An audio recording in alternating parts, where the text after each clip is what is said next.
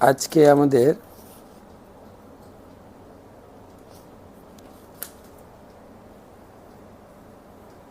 আমরা আলোচনা করব সুন্দরকাণ্ড পঞ্চম। প্রথম ছিল বালকাণ্ড, ভগবানের জন্ম এবং ভগবানের গুরুকুল বাস এবং বিবাহ।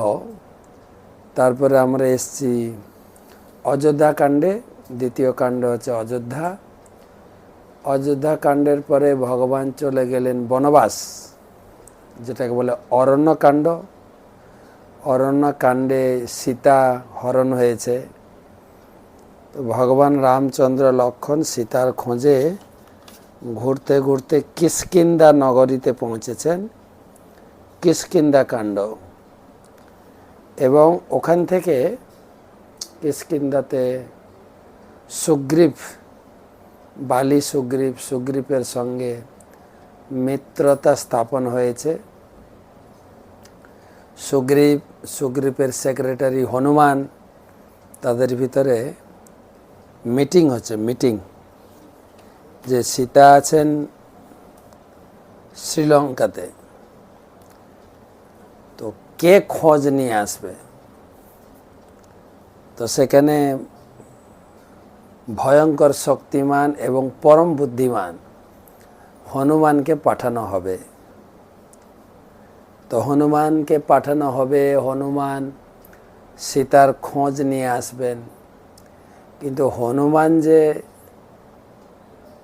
ভগবান রামচন্দ্রের দূত, সেটা কি করে বিশ্বাস করানো যাবে? তখন ভগবান রামচন্দ্র তার হাতের অঙ্গুরীয় বা আংটি দিলেন।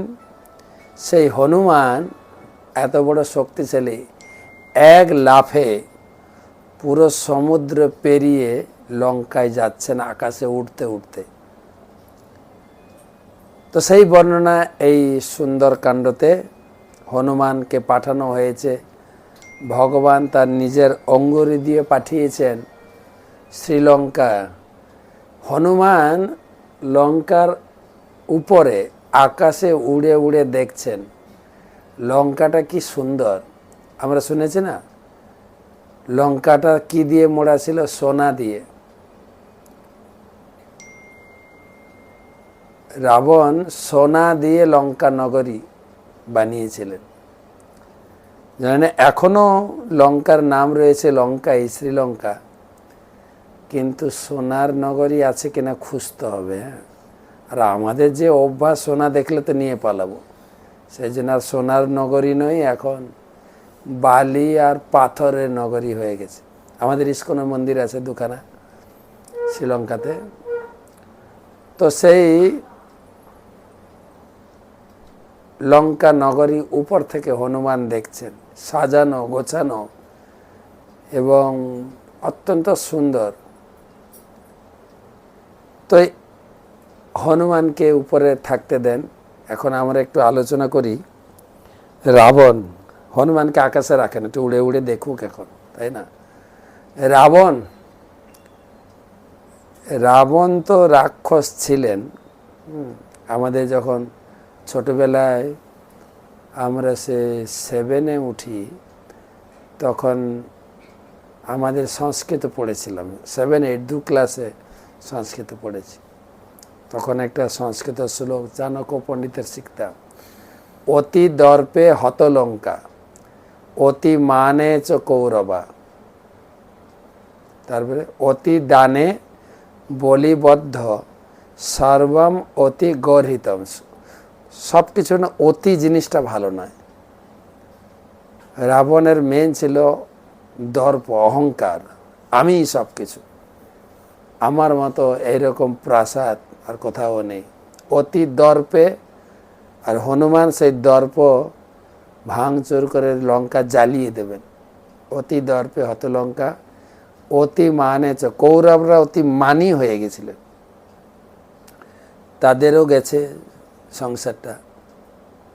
অতি দানে বলিবদ্ধ। বলি মহারাজও দান করতে করতে এত দান করে ভগবানকে দান দিতে শুরু করলেন। তো সর্বম অতি গৌর। তো বলি মহারাজের ক্ষেত্রে এটা অনুমোদিত, বাট লঙ্কায় এবং কৌরবদের ক্ষেত্রে এটা অনুমোদিত নয়। তো সেই রাবণ ছিলেন ভগবানের পার্ষদ। আমরা সেই হিরণ্যকশিপু, হিরণ্যাক্ষ, সে ভগবানের মন্দিরে দুইজন দ্বারপাল ছিলেন, জয় এবং বিজয়। তাদেরকে চতুর্কুমার অভিশাপ দিয়েছিলেন যে চতুর্কুমারকে মন্দিরে প্রবেশ করতে দেননি, দর্শন করতে। তারা উলঙ্গ ছিল, কিন্তু তারা ছিল এই জগতের প্রথম সন্তান, ব্রহ্মার প্রথম সন্তান। কিন্তু ব্রহ্মচর্য ব্রত পালন করে তাদের আয়ুটাকে ধরে রেখেছিলেন। ছোট দেখাচ্ছিল, ছোটরা তো উলঙ্গ থাকেই, কিন্তু জয়বে তাদেরকে ঢুকতে দিলেন না। তারা ক্ষুব্ধ হয়ে অভিশাপ দিয়েছিলেন। তো ভগবান এসে সমাধান করেছিলেন, ঠিক আছে অভিশাপটা একটু ছোট করা হোক। তো তখন সেই চতুর্কুমার বলেছিলেন, যদি এরা অসুর হয়ে জন্মায় 3 জন্মে আবার ভগবত ধাম ফিরে আসবে, আর যদি সাধারণ মানুষ বা ভক্ত হয়ে জন্মায় 7 জন্ম লাগবে। তারা প্রথম অপশানটা গ্রহণ করেছিলেন, আমরা 7 জন্ম এতদিন এই জগতে থাকবো না, 3 জন্ম। 3 জন্ম কি? প্রথম হলো হিরণ্যাক্ষ, হিরণ্যকশিপু, তারপরে সেকেন্ড জন্ম হচ্ছে রাবণ, কুম্ভকর্ণ, আর কৃষ্ণলীলায় শিশুপাল, দন্তবক্র। তাদের আবার একটু স্বাদ হলো আমরা একটু বাংলায় আসি। তারা বাংলায় এসেছিলেন মহাপ্রভুর সঙ্গে, জগাই মাধাই। তো ভগবানের নিত্য পার্ষদ, তবে ভগবানের বিরোধিতা তাদের আচরণ, তাদের এটা অভিনয় ছিল, তারা অভিনয় করেছেন মাত্র। সেই রাবণ তিনি ছিলেন ঋষি, মহান ঋষি বিশ্রবা এবং কৈকেশী, সে ছিল আবার রাক্ষস রাজকন্যা, তাদেরই সন্তান। দেখা যায় রাবণ, কুম্ভকর্ণ, বিভীষণ 3 ভাই। কোথাও কোথাও আবার দেখেছি খরদূষণও তাদের ভাই ছিল। তারপরে আপনার একটা বোন ছিল, বিখ্যাত বোন, সবাই তো জানেন, শূর্পণখা। সে বনবাসী রামকে দেখে তার ভালো লেগে গেল, রামের সৌন্দর্য, মাধুর্য। রামের কাছে অফার দিলেন, আই লাভ ইউ। রাম সেটাকে ডিনাই করলেন, বলছে না, আমার সঙ্গে আমার স্ত্রী আছে, তো তুমি আমার ভাই, তার যদিও সে বিবাহিত, সঙ্গে তার স্ত্রী নাই, সে গ্রহণ করতে পারে। কেননা ভগবান রামচন্দ্র এক পত্নী ব্রত ছিলেন, দ্বিতীয় পত্নী স্বীকার করেননি। তো লক্ষণের কাছে গিয়ে অফার দিয়েছে, আই লাভ ইউ। লক্ষণ হাসলেন। লক্ষণ বলছে, ঠিক আছে তোমার অফারটা ঠিক আছে, কিন্তু সমস্যাটা হচ্ছে কি জানো, তুমি যদি প্রভু রামের স্ত্রী হতে পারো, রামকে যদি বিয়ে করতে পারো, তাহলে তুমি হবে অযোধ্যার রানী, আর আমি তো প্রভুর সেবক, আমাকে বিয়ে করলে তোমাকে দাসী হতে হবে, তুমি চয়েস করো। এই বলে লক্ষণ আবার ডিনাই করে দিলেন। তখন আবার রামের কাছে এসে আবার তখন বুঝতে পারলেন যে এই মহিলাটা না থাকলে, সীতা না থাকলে রাম হয়তো আমাকে বিয়ে করত। এই মহিলাটাই হচ্ছে সর্বনাশের, একে খাবো। শূর্পণখা রাক্ষসী তো, একে খাবো। যখন গেছে তখন লক্ষণ তরোয়াল তুলে নাকটা কেটে দিয়েছে। ঠিক আছে, সে এর প্রতিশোধ নেওয়ার জন্য এসে রাবণকে আচ্ছা করে বুঝিয়েছে, ভাইয়া কি বলবো, জঙ্গলে একটা সুন্দরী নারী দেখে এলাম, অপূর্ব সুন্দরী, বিশ্ব সুন্দরী না, ব্রহ্মাণ্ড সুন্দরী। আমরা এর আগের ক্লাসে বলেছি, কেবল শাশুড়ি মাতা কৌশল্যা তার প্রথম মুখ দেখে তাকে একটা সোনার ভবন দিয়েছিল, কনক ভবন। বুঝতে পারছেন কত সুন্দরী। তো সেটাই এসে বর্ণনা করছেন ভাইয়ের কাছে, রাবণের কাছে। এত সুন্দরী নারী জঙ্গলে আছে, একজন বনবাসী তার পতিদেব, এটা কি করে হয়? ওই নারীকে তুমি বিয়ে করো এবং তোমার রাজধানীতে তাকে রাজমহিষী করে রাখো। আরও কিছু কিছু বুঝিয়েছেন। রাবণ তখন গেছে। রাবণ ভিক্ষার বেশ ধরে গিয়ে তাকে তুলে নিয়ে এলেন, কিন্তু তাকে বিয়ে করতে পারেননি। বিয়ে করার জন্য একে তাকে দিয়ে অফার দিয়েছেন, কিন্তু তাকে রাখা হয়েছিল অশোক বাটিকাতে। তো হনুমান উপর থেকে খুঁজছেন অ্যাকচুয়ালি সীতা কোথায় আছে। তো এই রাবণ একে তো ছিল ভগবানের পার্শ্বদ, দ্বিতীয় কথা হচ্ছে মহাশক্তিশালী। কার কাছে শক্তি পেয়েছিলেন? শিবের কাছে। সে ছিল বড় শিব ভক্ত। একবার জানেন, শাস্ত্রে লেখা আছে রাবণ হচ্ছেন বড় ব্রাহ্মণ পূজারী, তো শিবের পূজা করতেন। একবার যজ্ঞ করছেন, ত্রেতা যুগে তো যজ্ঞ প্রসিদ্ধ ছিল। যজ্ঞে একটা মাথা, কটা মাথা ছিল? কটা মাথা ছিল? দশানন, 10টা মাথা। একটা মাথা কেটে আহুতি দিচ্ছেন।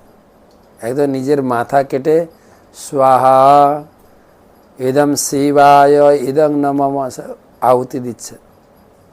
আর শিব হচ্ছেন আশুতোষ, অল্পেই সন্তুষ্ট হয়ে যান। ওই মাথাটাতে কেটে যজ্ঞ করতে হবে না, তার আগেই একটু বেলপাতা দুধ চড়িয়ে ওং নমঃ শিবায় বললেই শিব সন্তুষ্ট। তো এখানে শিব ঠাকুর আছে না, ভালো করে একটু মাঝে মাঝে ওং নমঃ শিবায় করে অভিষেক করতে হয়। বিশেষ করে শিবের বার হচ্ছে সোমবার, আর চতুর্দশীতে পূজা করলে তো আরও ভালো। তো শিব সন্তুষ্ট হয়ে যান। তো একটা মাথা কেটে যজ্ঞে আহুতি দিচ্ছেন। শিব বেরিয়ে এসে বলছেন তিষ্ট বৎস, থামা থামা, আর মাথা কাটতে হবে না, বলো তোমার কি দিতে পারি তোমাকে, তোমার কি বর মাগো তুমি। তখন রাবণ বলছেন, প্রভু আমার একটু ইচ্ছা, আপনাকে আমার রাজ্যে প্রতিষ্ঠা করে পূজা করব, আপনি আমার রাজ্যে চলুন। শিব দেখছেন এমনিতে অনেক ক্ষমতা পেয়েছে, আবার নিয়ে গিয়ে না কি করে বসে। শিবের যাওয়ার ইচ্ছা ছিল না, কি তথাপি নাও বলা যাচ্ছে না, না বললে আবার মাথা কাটা শুরু করবে। ঠিক আছে, আপনারা কেউ মাথা কাটেন না, আমাদের একটা মাথা। শিবে হ্যাঁ, রাবণের কটা মাথা ছিল? 10টা। কাটলে অসুবিধা ছিল না, আমাদের একটা মাথা কাটলেই আমরা মারা যাবো। সেই জন্য সেই জন্য বললেন ঠিক আছে আমি যাব, তবে একটা শর্ত, একটা কন্ডিশন। বলে কি শর্ত? না তুমি এখান থেকে তুলবে হাতে, আর কোথাও রাখবে না, কিন্তু একদম গিয়ে শ্রীলঙ্কাতে রাখবে। কোথাও যদি রেখে দাও তাহলে আমি ওখান থেকে যাওয়ার যাব না। রাবণ অত্যন্ত শক্তিশালী ছিলেন, আর তার বিমান চলতো আকাশমার্গে, পুষ্পক বিমান ছিল। যে এমন নয় যে পেট্রোল ফুরিয়ে গেলে বিমান বন্ধ হয়ে যাবে, যেরকম আহমেদাবাদে বিমান ক্র্যাশ হয়ে গেল, ওরকম কোনো সিন নাই। ও যেরকম চালাবে সেরকম চালাবে। তো সেই শক্তি গর্ভধারী তিনি বলছেন হ্যাঁ ঠিক আছে, কোথাও রাখার প্রয়োজন হবে না, আমি এখান থেকে চলব। কিন্তু শিবের তো যাওয়ার ইচ্ছা ছিল না।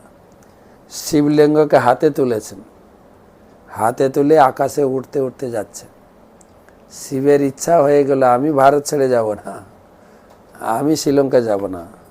তখন শিব তার ওজন বাড়িয়ে দিলেন, আর রাবণ ধরে রাখতে পারছেন না। তখন বিমানকে ল্যান্ডিং করে মাটিতে নামিয়ে শিবলিঙ্গকে মাটিতে রেখে একটু কি বলে চোখ মুখে একটু জলের ছিটা দিয়েছেন, ফ্রেশ হয়ে একটু তাকত হয়ে আবার শিবকে তুলতে গেছে। শিব কিন্তু উঠছেন না। তখন তার মনে পড়েছে আরে এগ্রিমেন্ট ফেল হয়ে গেছে। তো শিব গেলেন না, রাবণের মনের আশাটা পূর্ণ হলো না। রেগে মেগে রাবণ ওই বুড়ো আঙ্গুল দিয়ে শিবলিঙ্গের মাথায় চাপ দিয়েছে। সেই শিব ঠাকুর আছেন আমাদের ভারতে, ভারতেই আছেন, জানেন সে শিব ঠাকুর বৈদ্যনাথ শিব, যে আমাদের দেওঘরে বৈদ্যনাথ আছেন, সেই শিবের মাথায় রাবণের বুড়ো আঙ্গুলের ছাপ আছে। শিব তার ভক্তের ভক্তি এখনো বইছেন। আরেকটা কথা হচ্ছে, সেই দেওঘরে শিবের নাম হচ্ছে রাবণেশ্বর শিব। তা আমাদের ভারতেই আছেন। এই পিতৃপক্ষের সময় খুব ভিড় হয় ওখানে। তো সেই শিবকে তো এদিকে চলে যান না, শিবকে তো নিতে পারলেন না, কিন্তু শিব রাবণের প্রতি সন্তুষ্ট ছিল। তো ঘরে এসে পার্বতীকে বলছেন, তে দেবী তোমার একটা চাকরির জয়েনিং লেটার এসছে। চাকরি? বুঝে হ্যাঁ, কোথায়? না, শ্রীলঙ্কায় রাবণের বাড়িতে সিকিউরিটির চাকরি। শিব পার্বতীকে পাঠাচ্ছেন, আর পার্বতী সতী, তো সতী নারী, প্রভু যা বলছেন তাই। তখন হাত জোড় করেছেন, পতিদেব কতদিন এই চাকরি করতে হবে? বলছে এই রাবণ ধীরে ধীরে খুব হিংস্র এবং দুষ্ট হয়ে যাবে, সে সীতাকে হরণ করে অপরাধ করবে। সেই সীতার খোঁজে ভগবান রামচন্দ্র হনুমানকে পাঠাবেন। তো হনুমান যখন শ্রীলঙ্কায় আসবেন তখন মনে করবে যে তোমার রিটায়ার্ড লেটার এসে গেছে, আর তোমাকে চাকরি করতে হবে। মানে হনুমান যখন পৌঁছাবে তখন শ্রীলঙ্কা ধ্বংস হতে শুরু, তুমি আটকাতেও পারবে না, তার থেকে তুমি পালিয়ে আসবে। তো সেই হনুমান নামছেন। হনুমানকে দেখে পার্বতী কৈলাসে ফিরে যান, নাহলে শ্রীলঙ্কাকে ধ্বংস করার উপায় ছিল। পার্বতী আছে না, ত্রিশূলধারিণী, পাহারা দিচ্ছিলেন পুরো শ্রীলঙ্কা। হনুমান নামলেন, সীতার সঙ্গে দেখা হলো। সীতার কাছে আগে নিজের পরিচয় দিলেন, আমি হচ্ছি প্রভু রামচন্দ্রের দূত, আমার পরিচয় হচ্ছে আমি অঞ্জনা সুত, আমার মার নাম অঞ্জনা, আমার পিতা হচ্ছেন পবনদেব, এবং আমি সুগ্রীবের পার্সোনাল সেক্রেটারি, মহারাজ সুগ্রীবের পার্সোনাল সেক্রেটারি। তো আমার প্রভু সুগ্রীব এবং প্রভু রামচন্দ্র পাঠিয়েছেন আপনার খোঁজ নিতে। তো পরিচয় দিলেন এবং তার ভগবানের দেওয়া অঙ্গুরীয় আংটি দিলেন। আংটি দেখে সীতাদেবী ভেঙে পড়লেন প্রভুর বিরহে।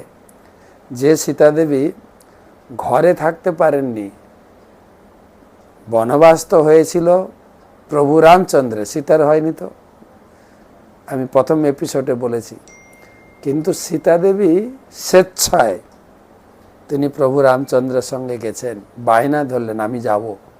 প্রভু রামচন্দ্র বলেছিলেন তুমি রাজকন্যা, বনবাস, দুঃখ কষ্ট, ভূমিতে শয়ন, এগুলো তুমি পারবে না। তখন সীতাদেবী বলেছিলেন যে বনবাস কষ্ট, ভূমি শয়ন, ফলমূল খেয়ে জীবন ধারণ, প্রতিদিন একাদশী ফলমূল খেয়েছিল, তো কন্দমল ফুল এগুলো খেয়ে, কিন্তু সেটা আমি সইতে পারবো, কিন্তু তোমার বিরহ আমি সইতে পারবো না, তোমার কাছে এক মুহূর্ত তোমার থেকে দূরে আমি থাকতে পারবো না। তো সেই সীতাদেবী এখন তিনি চলে এসেছেন অযোধ্যা ছেড়ে শ্রীলঙ্কা। তো খুব সন্তুষ্ট হলেন হনুমানকে দেখে, এবং আমি যে এখানে আছি প্রভু সেই সমাচার জানেন। তো হনুমান আশ্বস্ত করলেন যে আমরা তোমাকে উদ্ধারের পরিকল্পনা বা প্ল্যানিং চলছে। তো তারপরে হনুমান এসছেন, তো শুধু চুপচাপ খবর নিয়ে চলে যাবেন, একটু জানিয়ে যাবেন না? একটু নিশানা দিতে হবে তো যে আমি শ্রীলঙ্কায় এসছি। উৎপাত চালু করলেন, এখানে ওখানে, ঘরে উৎপাত, এই প্যান্ডেল ম্যান্ডেল ছিঁড়ে দেওয়া, বাগান সব নষ্ট করে দেওয়া। হনুমান কি করে, করে না? আর সবাই বিরক্ত হয়ে গেছে। রাবণ হলিয়া দিলেন যে কোনো উপায়ে হনুমানটাকে ধরতে হবে। চারিদিকে গোয়েন্দা বিভাগ, সিকিউরিটি, পুলিশ মিলে হনুমানটাকে ধরেছে। ধরে জিজ্ঞাসা করলো তুমি কে? ও সরাসরি পরিচয় দিয়েছেন, আমি হচ্ছি প্রভু রামচন্দ্রের দূত, আমি সীতার খোঁজ নেওয়ার জন্য এসেছি। আরে রাবণ তখন রেগে বলে লেজে আগুন ধরিয়ে দাও। যেই আগুন ধরিয়ে দিয়েছেন হনুমান, সেই আগুন নিয়ে সারা লঙ্কা দৌড়াতে শুরু করলো, সারা লঙ্কাটাকে জ্বালিয়ে দিল। জ্বালিয়ে টালিয়ে বলে এই আরেক বিপদ হয়ে গেল। জ্বালিয়ে টালিয়ে তিনি ফিরে এলেন। আর কেউ কেউ বলেন ওই যে আগুন জ্বালিয়েছিলেন ওই জন্য মুখটা পুড়ে কালো হয়েছে, কালো হয়ে গেছে। মুখটা কালো না, কালো হয়ে গেছে। আর লেজে আগুন ধরিয়েছিলেন তো, সারা গায়ে চুল ছিল আগুন, সেই কি বলে পুড়ে যাওয়ার জ্বালা, খুব জ্বলছিল শরীর। তখন প্রভুর কাছে, প্রভু রামচন্দ্রের কাছে প্রার্থনা করেছিলেন আমার শরীরে এই জ্বালাকে শান্ত করার জন্য কিছু ব্যবস্থা কর। ভগবান পাহাড়ের উপর থেকে একটা ঝর্ণা পাঠিয়েছিল, এক ধারা জল তার উপরে এখনো পড়ছে সেই ত্রেতা যুগ থেকে। সেটার নাম হচ্ছে হনুমান ধারা। আপনার নেটে মারবেন, অযোধ্যায় হনুমান ধারা। বেশি না, এই 500-550 সিঁড়ি উপরে উঠতে হবে, সেখানে হনুমান আছেন। পাহাড় থেকে একটা ধারা জল হনুমানের উপরে পড়ছে, এখনো শরীরটা ঠান্ডা হয়নি হনুমানের, জল পড়ছে হনুমান ধারা। তো তারপরে হনুমানের সেই কার্যকলাপ জ্বালিয়ে টালিয়ে তিনি ফিরলেন। এবারে প্রস্তুতি নেওয়া হচ্ছে যে সীতা উদ্ধারের প্রস্তুতি। সীতা উদ্ধারের প্রস্তুতি শুরু হবে, আর মিটিং শুরু হলো। এবং সীতা কেমন আছেন ওই জায়গায় হনুমান পরিচয় দিলেন, রাক্ষসের রাজ্যে আছে কিন্তু সুরক্ষিত আছে। রাক্ষস হলেও সীতা মার সেবা করছে। যেরকম আমরা হিন্দু লোকেরা প্রত্যেকটি বাড়িতে লক্ষ্মী নারায়ণের পূজা হয়, লক্ষ্মী পূজা। কবে কবে? লক্ষ্মীবারে। লক্ষ্মীবারটা কবে? বৃহস্পতিবার। মানে কালকে গেল মনে নাকি? কালকে গেছে লক্ষ্মীবারটা। লক্ষ্মীবার হলে আমাদের হিন্দু বা সনাতন ধর্মের লোকেরা বা আমাদের দোকানদাররা লক্ষ্মীর ফটো রাখবে, ঠিক আছে। কিন্তু লক্ষ্মী পূজা করে, লক্ষ্মীর স্বামী নারায়ণের পূজা করে না তো। রাবণ ঠিক সেই রকম লক্ষ্মী সীতা দেবীকে সেবা যত্ন করছিল, কিন্তু সীতা দেবীর প্রতি রামচন্দ্রের বিরোধিতা ছিল। তাই বলা হয় আমরা যারা শুধু লক্ষ্মী পূজা করি আমরা রাবণ সব। লক্ষ্মীর সঙ্গে নারায়ণের পূজা করতে হবে, তাহলে এই যে লক্ষ্মী আসবেন না কয়েকদিন পরে। আজকে তো একাদশী হয়ে গেল, কবে? দ্বাদশী, ত্রয়োদশী, চতুর্দশী, পূর্ণিমা। হ্যাঁ, লক্ষ্মী আসবেন পূজা নিতে। লক্ষ্মীর সঙ্গে নারায়ণ, অবশ্য যারা ব্রাহ্মণ তারা পুজো করেন, সব কিছু শালগ্রাম শিলাকে অর্পণ করে তারপরে দেবদেবীর পূজা করেন। সুতরাং লক্ষ্মী তাতে সন্তুষ্ট থাকেন। আর না হলে আপনারা যারা ভক্ত, বৈষ্ণব মন্ত্রে দীক্ষিত, আপনারা কাজ করবেন, নারায়ণ বা কৃষ্ণকে সুন্দর ভোগ নিবেদন করে ফল মিষ্টি নিয়ে মা লক্ষ্মীকে একটু খাইয়ে দিয়ে আসেন, ঠিক আছে। মা লক্ষ্মী একটু সন্তুষ্ট হবেন, কমপক্ষে প্রভুর একটু প্রসাদ পেলাম। তো সেই লক্ষ্মী পূজা, এটা রাবণ পূজা হয়ে যাবে যদি লক্ষ্মী নারায়ণ একসঙ্গে পূজা না করি। কারণ লক্ষ্মী হচ্ছেন সতী। সতী নারী সবসময় স্বামীর সঙ্গে থাকেন, তাই স্বামীর সঙ্গে তাকে পুজো না করলে সে চঞ্চলা। আমরা নাম দিয়েছি কোজাগরী লক্ষ্মী পূজা। কোজাগরী না? আমাদের দেশে এখন লক্ষ্মীর ভাণ্ডার চলছে। যাদের যাদের লক্ষ্মীর ভাণ্ডার নেই, মা আসবেন সবাইকে লক্ষ্মীর ভাণ্ডার দিতে। হ্যাঁ, ঠিক আছে। তো সেই কোজাগরী মানে রাত জেগে পূজা করতে, আমরা করতাম বাড়িতে রাত জেগে।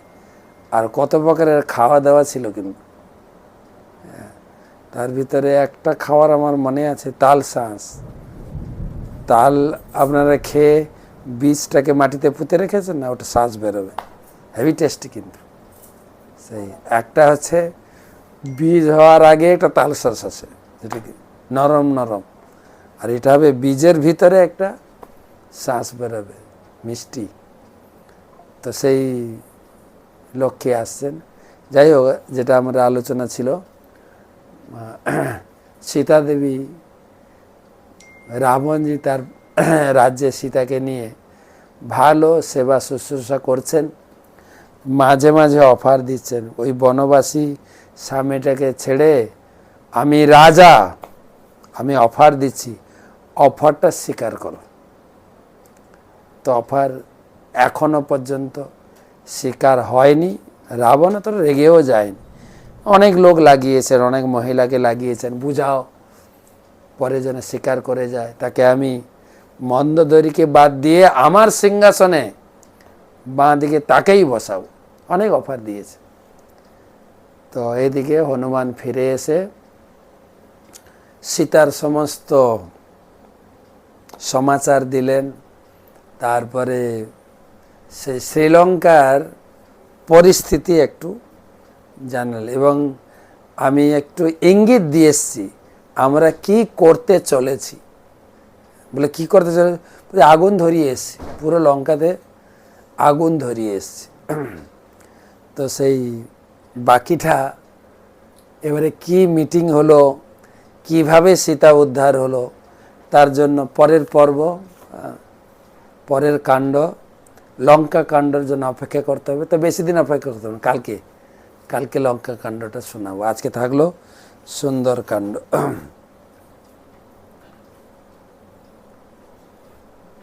তো প্রত্যেক দিনের যে ভাগবতম পাঠ,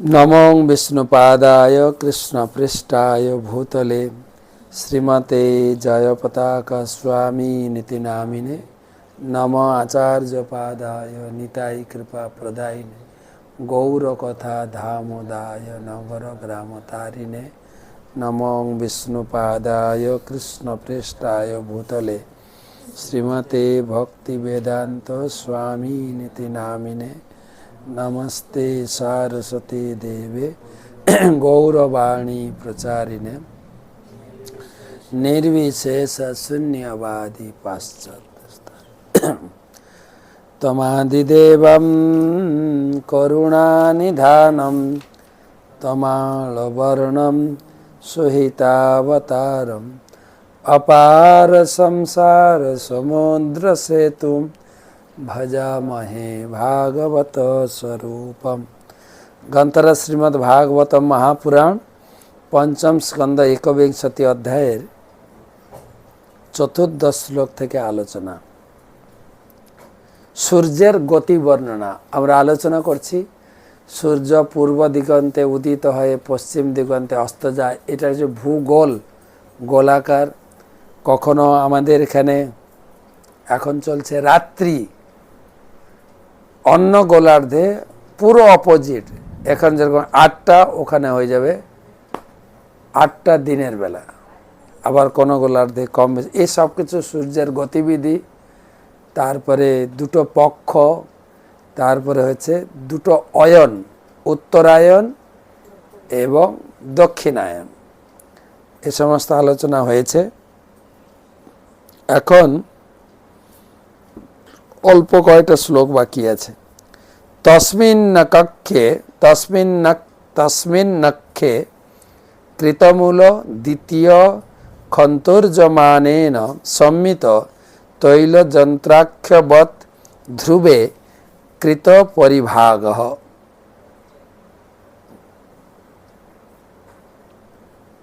সাধারণত ভগবান নারায়ণ তিনি ভাগবত মাহাত্ম্যে বলেছেন, বিশেষ করে বিষ্ণু পর্ব দিনে, আজকে একটা বিষ্ণু পর্ব না, একাদশী, কি একাদশী আজকে?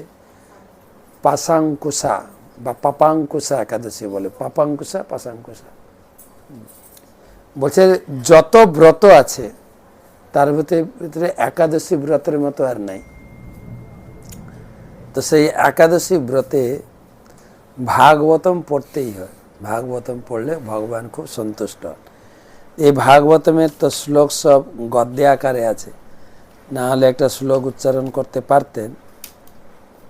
তো গদ্যে আকারে তস্মিন নাখ্যে কৃতমূল দ্বিতীয় খস্তুজ্যমানেন তস্মিন তৈলযন্ত্রাক্ষবৎ ধ্রুবে কৃত পরিভাগঃ।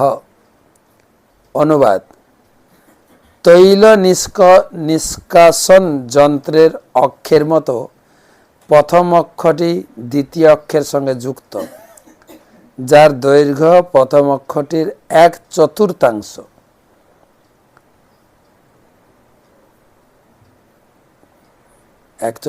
মানে 39,37,500 যোজন বা 3,15,00,000 মাইল। সূর্যের যে চাকার যে অক্ষ, দ্বিতীয় অক্ষের উপরিভাগ একটি বায়ুর রজ্জুর দ্বারা ধ্রুবলোকের সঙ্গে সংযুক্ত। পরের শ্লোক: রথর্ণিরস্তু 37,00,000 যোজনায়স্তরীয় ভাগ বিশালস্তাবন রবিরথ যুগযত্র হয়াশ্ছন্দনামানঃ সপ্তারুণ যোজিতা বহন্তি দেবমাদিত্যম। অনুবাদ: হে রাজন, সুখদেব গোস্বামী বলছেন পরীক্ষিত মহারাজকে, হে রাজন, সূর্যদেবের রথ 36,00,000 যোজন দীর্ঘ। রথটা কত বড় জানেন? সূর্যদেবের রথ কত বড়? 2,88,00,000 মাইল বিস্তৃত। দেখা যায় কি? আর আমরা এটা বই পড়ে জানছি। আর আমরা যখন ভূগোল পড়ছিলাম তখন আমাদের মাস্টারমশাই শিখিয়েছেন সূর্যটা থালার মতো। কি যেন আছে, কবিতাটা ছিল, ঝলসানো রুটি।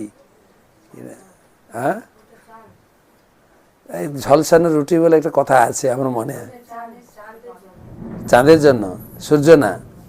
আচ্ছা, তো একদম আলোক পিণ্ড। তা আবার সকালে যখন উঠে তার স্নিগ্ধ আভা অত্যন্ত সুন্দর, যেটাকে বলে অরুণোদয় কাল। অরুণোদয় কাল আমরা সেই অযোধ্যাতে একটা কুণ্ড আছে যার নাম হচ্ছে সূর্যকুণ্ড। সূর্যকুণ্ড আমার ইউটিউবে পাবেন, লেখা আছে, কি বলে, কুষ্ঠরোগ সারানোর শ্যাম্পু। একটা কুণ্ড আছে ওই অযোধ্যা থেকে কত 12 কিলোমিটার মতো দূর, যেখানে দর্শন নগর বলে একটা স্থান। ওইখানে একটা সুন্দর বিশাল কুণ্ড, সূর্যকুণ্ড। বলা হয়েছে ভগবান যখন বাল্যলীলা, ছোট্ট শিশু ছিলেন রামচন্দ্র, তখন সূর্যদেব আকাশে না থেকে মাটিতে নেমেছিলেন ভগবানকে দর্শন করার জন্য। 1 মাস ছিলেন আকাশে, 1 মাস সূর্য ছিল না। আর সেই 1 মাসটা যেহেতু সূর্য ছিলেন, সেই জন্য রাত্রি হয়নি। ওখানে লোকেরা বলছে রাত্রি হয়নি, 1 মাস রাত্রি হয়নি। তো সেই দর্শন নগরে ঘটনাটা এরকম ছিল। দর্শন বলে একজন রাজা ছিলেন, তো তার রাজত্ব ছিল। একদিন শিকার করতে করতে করতে বনের ভিতরে ঢুকে গেছে। বনের ভিতরে ঢুকে তার জল তেষ্টা পেয়েছে। তার সঙ্গে যত লোকজন ছিল তাদেরকে পাটি চামার জন্য জলের ব্যবস্থা করো।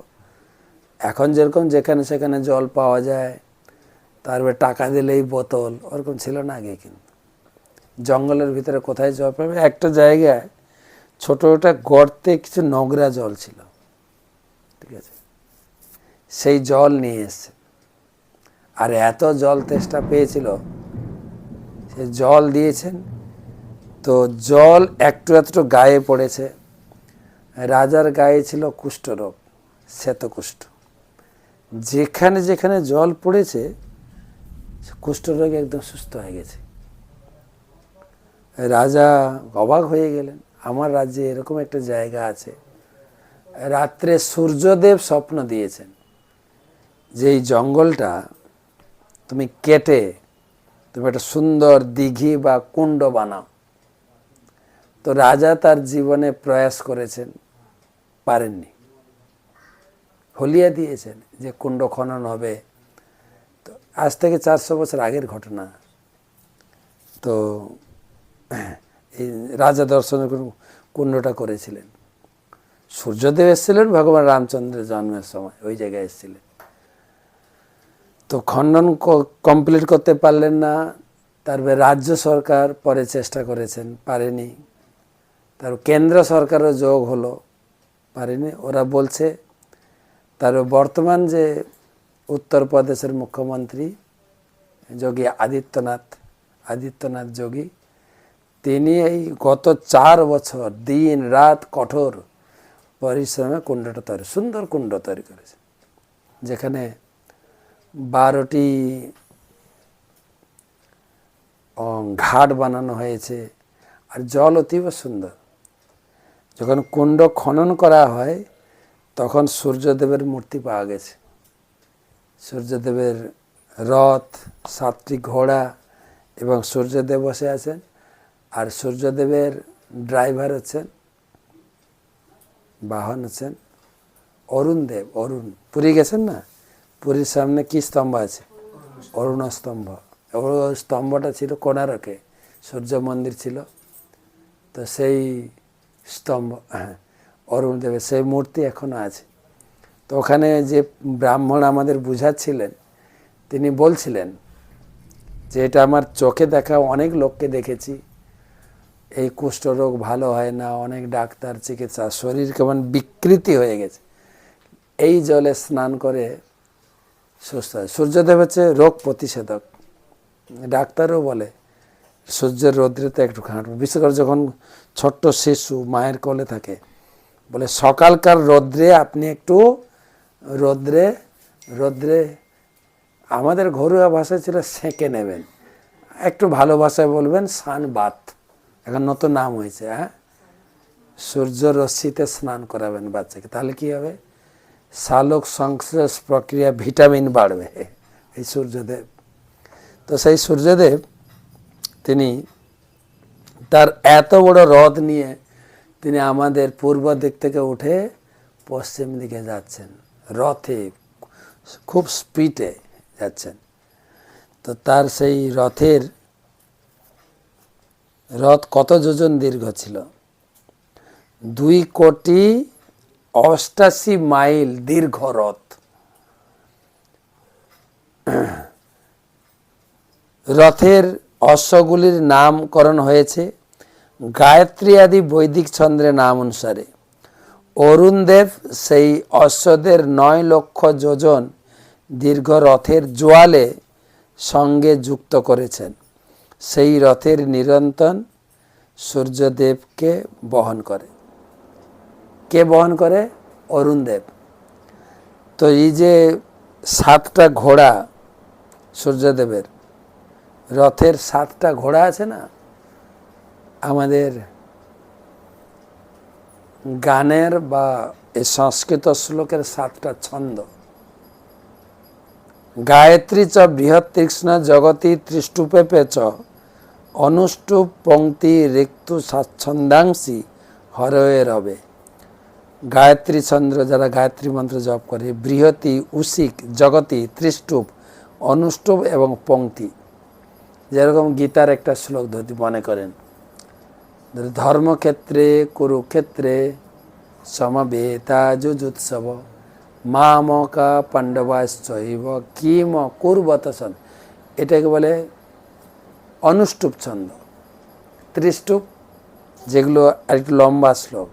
বাসাংসি জীর্ণানি যথা বিহায় বা কার্পণ্য দোষ পহত স্বভাব, এগুলো হচ্ছে ত্রিষ্টুপ ছন্দ।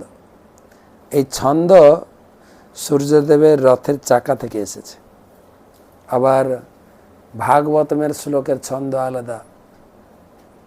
প্রথম শ্লোকটা যদি কেউ পড়তে চায়, প্রথম শ্লোক জন্মাদস্য যতন্যাদ ইতরত চার্থে সভিজ্ঞ স্বরাট তেনে ব্রহ্ম্যাহিতাজাদি কবয়ে মহিহন্তি যৎসুর। এই একটা ছন্দ। তো এই ছন্দ আর দুটো শ্লোক আছে, পড়েনি। পুরস্তাৎ সবিতু বরণ পশ্চাচ্চ নিযুক্ত সৌত্যে কর্মণি কিলাস্তে। অরুণদেব যদিও সূর্যদেবের সামনে অবস্থিত হয়ে রথের অশ্ব পরিচালনা রূপ সারথীর কার্যে নিযুক্ত, তবুও তার পিছনে সূর্যদেবের দিকে তাকিয়ে রয়েছে। অরুণদেব সামনে রথ চালাচ্ছেন, কিন্তু মাথা আছে পিছনে, এখানে বলছেন সুখদেব গোস্বামী।